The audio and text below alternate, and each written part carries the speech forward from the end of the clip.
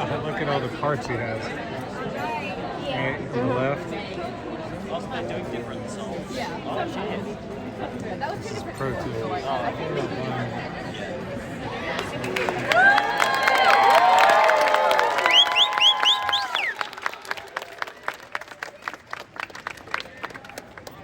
Welcome everybody to Masterclass. Hello, hello. So, Masterclass is basically me giving some tips and tricks on writing and production. And today I'm gonna break down Inertia, if that's cool with you. Yeah! So this is Pro Tools, this is how I make all the music. Each one of these tracks is a different instrument. What I'm hearing is this very high-pitched violin that we put in, that we were actually inspired by this song from Wicked, The Wizard and I. That if you listen in the verse here, I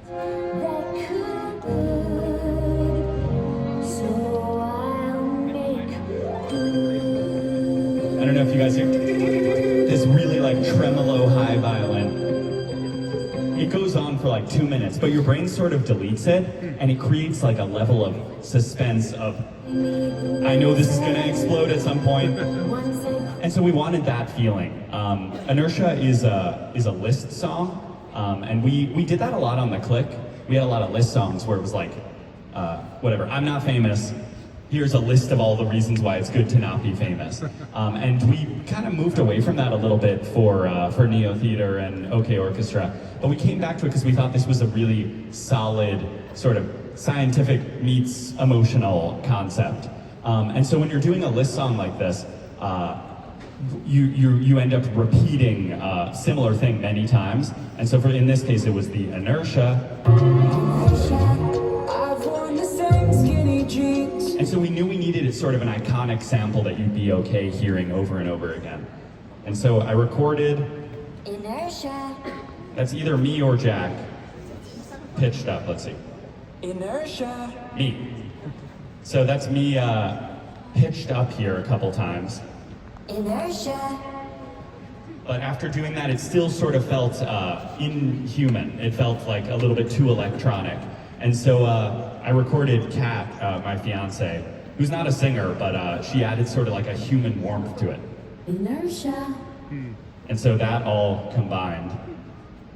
Inertia. Okay, now that feels like a sample I want to hear over and over again. By the way, if anybody has questions about anything, just raise your hand. This has worked really well to be sort of an open-ended, back and forth thing. Question already, yes? Okay, I know this is slightly unrelated, but a few months ago you said that there was going to be a deluxe version of the Maybe Man. Yeah. When will we expect that? Oh yeah, so you're saying a few months ago I said there'd be a deluxe version of the Maybe Man. When you're very impatient, when can you expect that? We're working on it. It's a tough thing. I think our brain has been so much on the tour for the last year. I would say we worked longer and harder on the tour than we actually did on the album. And so we wrote one song that we're really proud of so far for the deluxe. And I think there's like one more thing we need to say, and we're sort of searching for it, and we've been looking for it this tour. So soon.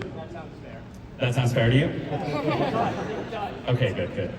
Yes. So I think I remember in an interview you were talking about like humanizing the orchestra, and like you would take like the fake instruments and then you would like chop it up and like make a lot of modifications to it. Did Yeah. you do that at all in this song? Definitely, yeah. So you're talking about sort of humanizing some of these instruments that may sound a little more electronic. Yeah, so like a perfect example is right here in the beginning. There's sort of this cut up old piano sound here. And what I did to achieve that is I put this sort of pitch bend effect on it without the pitch bend effect. That sounds like a very modern piano to me. And what the pitch bend effect does is, which is like sort of naturally what you get when you sample from a 1950s record, and there's all that warping. So often like detuning, stuff like that can really help. There's also a lot of orchestra in here, I know. Where are we? Oh my God, it does.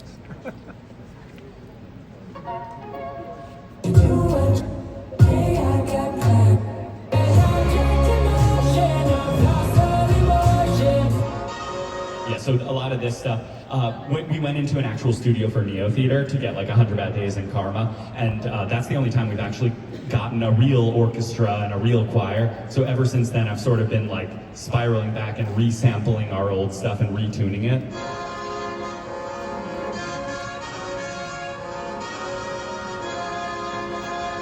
So that's like a perfect example of what you're talking about. I would believe that that's an old orchestra because I did enough homework of detuning and oversaturating and sort of like messing with the way it sounds.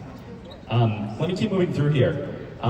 So the original idea for this song is we were talking to our friend who worked at a bank at the time. I think he worked at Citibank, and he was describing that he really wanted to quit his job.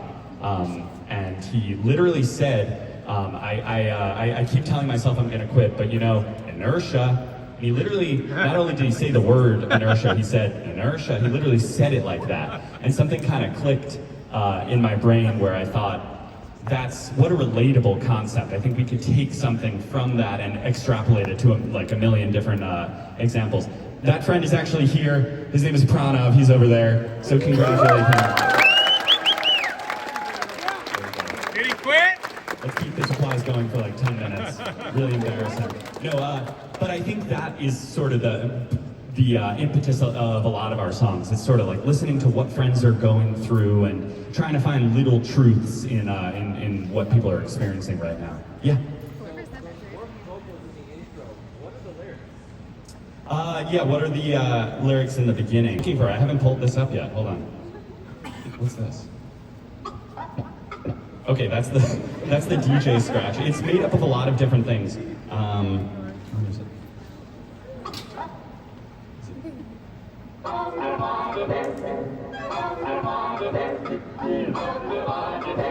It's all sampled stuff from Neo Theater, from 100 Bad Days and from Next Up Forever. It's just sort of cutting up the syllables, so it's actually nonsense. But we thought it sounded really catchy. Yes, in the back there.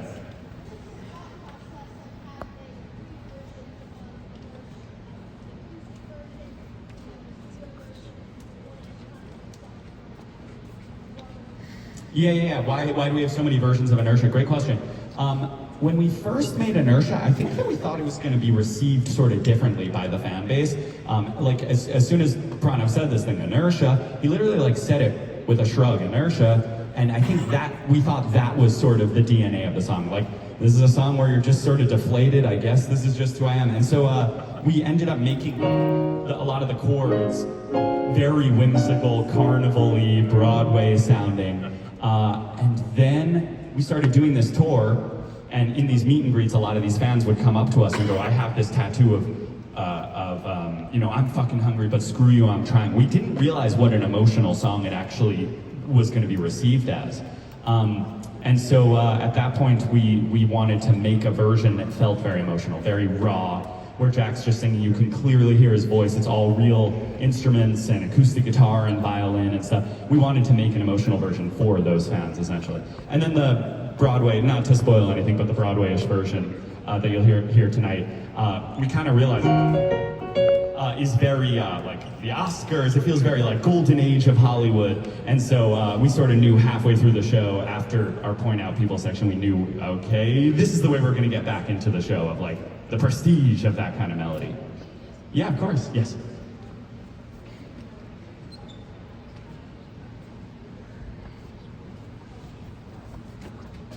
Yeah, so in choosing songs for the album, how do we determine the order?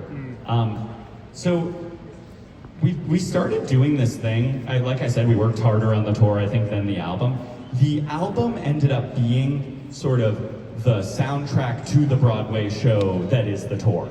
We totally switched our way of thinking. So while we were making the album, there's a lot of stuff in here that maybe doesn't make perfect sense when you're listening to it. I'm like little instrumentals at the end of 2085. There's this little instrumental because we knew once we do this arena tour, we're going to end up taking our bow there. So we need a little space in the song.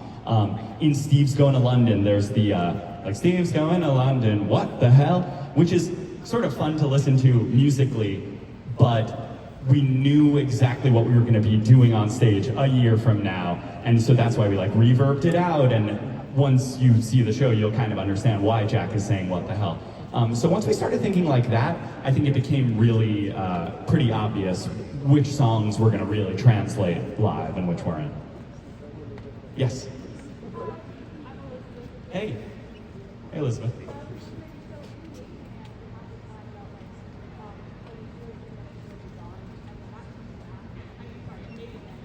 Yeah.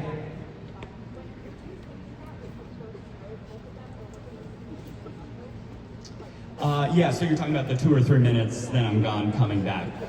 When we were writing Maybe Man, that was we wrote all of Maybe Man in like 2 days. That was extremely easy to write, actually. As soon as we figured out the structure of, I wish I was stone, here's why it's good to be stone, and here's why it's bad to be stone. And as soon as we knew, okay, and we're gonna take that idea and we're gonna extrapolate it to another song on the album and write a full song about that, which ended up being Touchy Feely Fool. We knew Maybe Man was gonna be sort of the table of contents. All of that was very clear. We came up with like 20 examples of I wish I was this, and I wish I was this, and we picked the 11 best ones.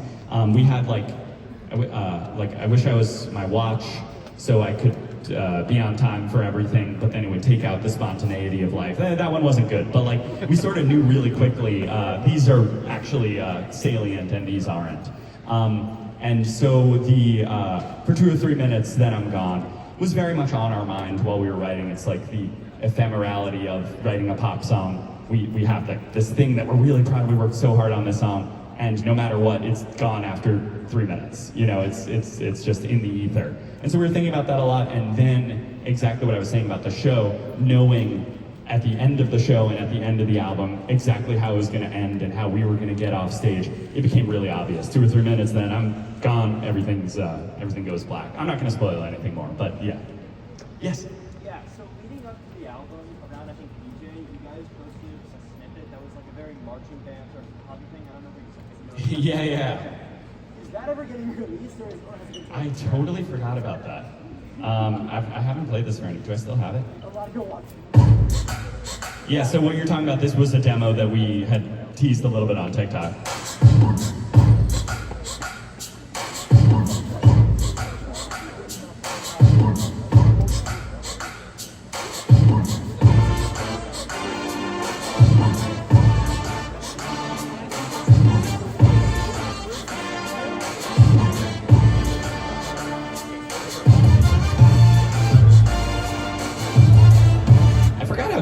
I literally forgot about it.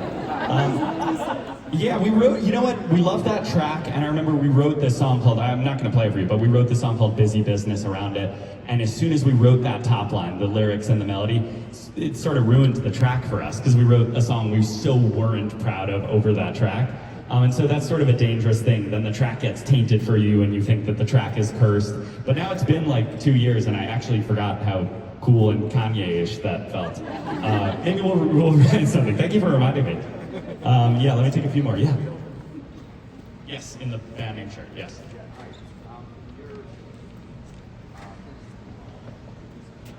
You're the more popular brother. I don't want to lose the show or anything. But you're sort of a genius with listening to me, and my son relates to you so well. And how did you become so incredibly brilliant with writing? Oh wow! You have a mentor. You feel motivated. Thank you. About your learning, like what is it that you're learning when you're younger? What's the real story? Yeah. Did I take lessons? Like, did I have a mentor or whatever?